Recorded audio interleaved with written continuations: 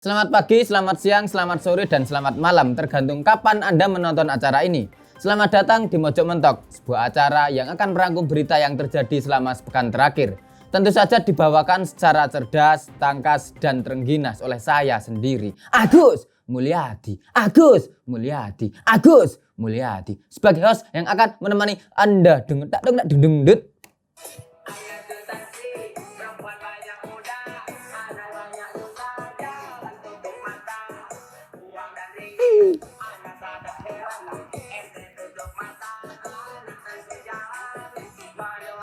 Ikatan Dokter Anak Indonesia menyatakan bahwa angka kenaikan kasus diabetes pada anak di Indonesia meningkat drastis dan mencapai angka 70 kali lipat sejak tahun 2010 lalu.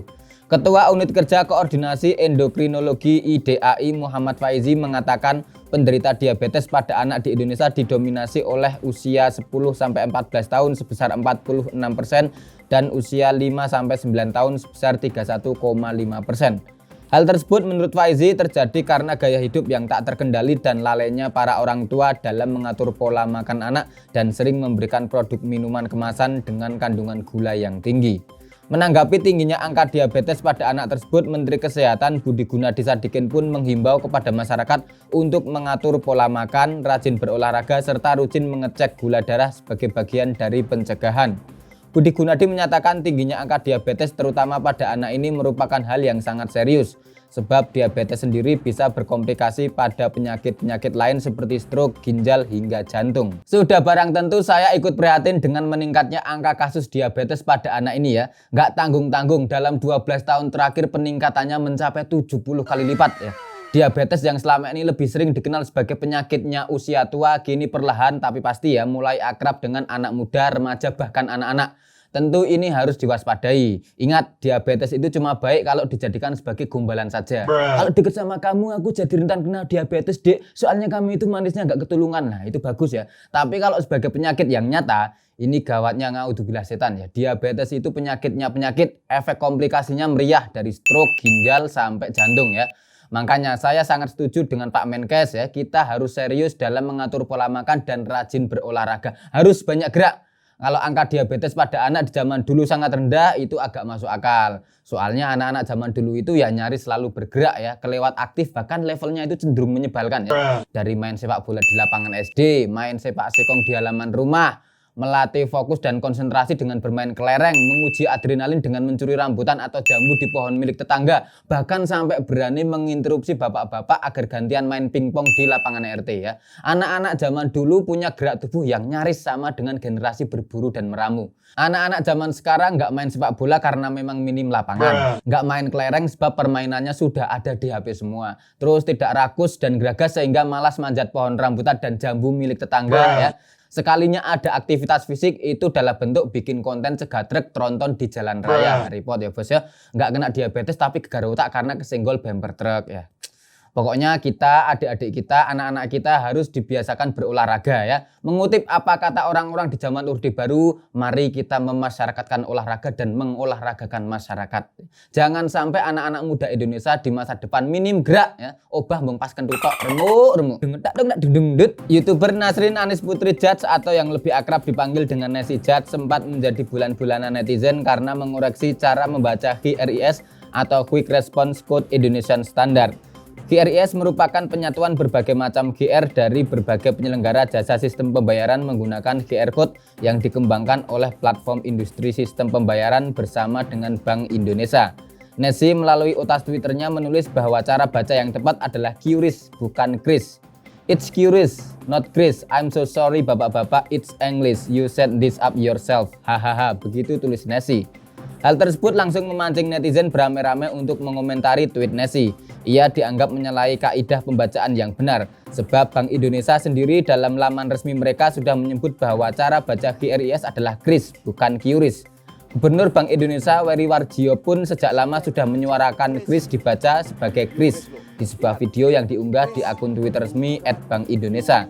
Efek dari konvo utas Nessie tersebut banyak yang kemudian sampai menyebut Nessie sebagai YouTuber konten daur ulang. Oh alah Mbak Nessie ya, saya turut prihatin dengan panjenengan yang lagi keblondrok dan banjir hujatan dari netizen.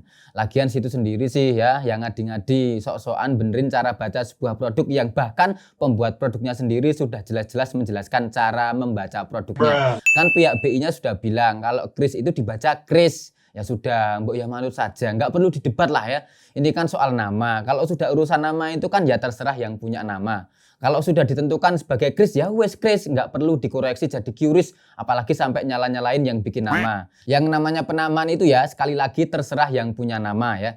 Bahkan kalau Mbak Nessie Judge ini mau dibaca sebagai Nessie Judge juga nggak masalah kalau memang situ menghendaki. Lagi pula nggak semua harus dibaca pakai kaidah pelafalan bahasa asing ya. Ada yang namanya transliterasi, di mana bahasa yang asalnya dari bahasa asing bisa dibaca dengan pelafalan huruf sesuai dengan bahasa penutur masing-masing. Kita tetap bisa baca WHO sebagai WHO ya, nggak harus dibaca WHO. Wah jangan semua dibikin seragam lah. Soalnya kalau begitu nanti malah jadi repot ya. Pak Wage Rudolf Supratman itu bisa nanti jadi dipanggil Wits Rudolf Supratman. Wah itu malah susah ya, bukannya kayak komposer nasionalis malah jadi berasa kayak member Marvel atau DC Comics. Repot. Aksi pencurian yang dilakukan oleh NR alias Kadir dan AJ alias Goweng berhasil menjadi buah bibir di kalangan pergamelanan.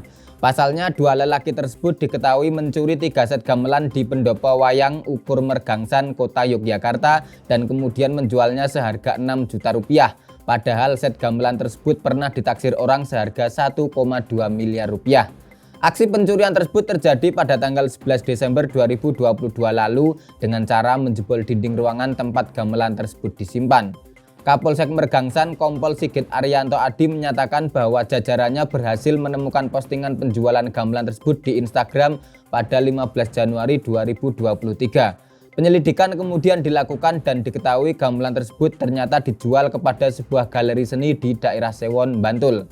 Keterangan dari pemilik galeri akhirnya membuat kepolisian menangkap 2 tersangka pelaku pencurian pada 24 Januari 2023 lalu.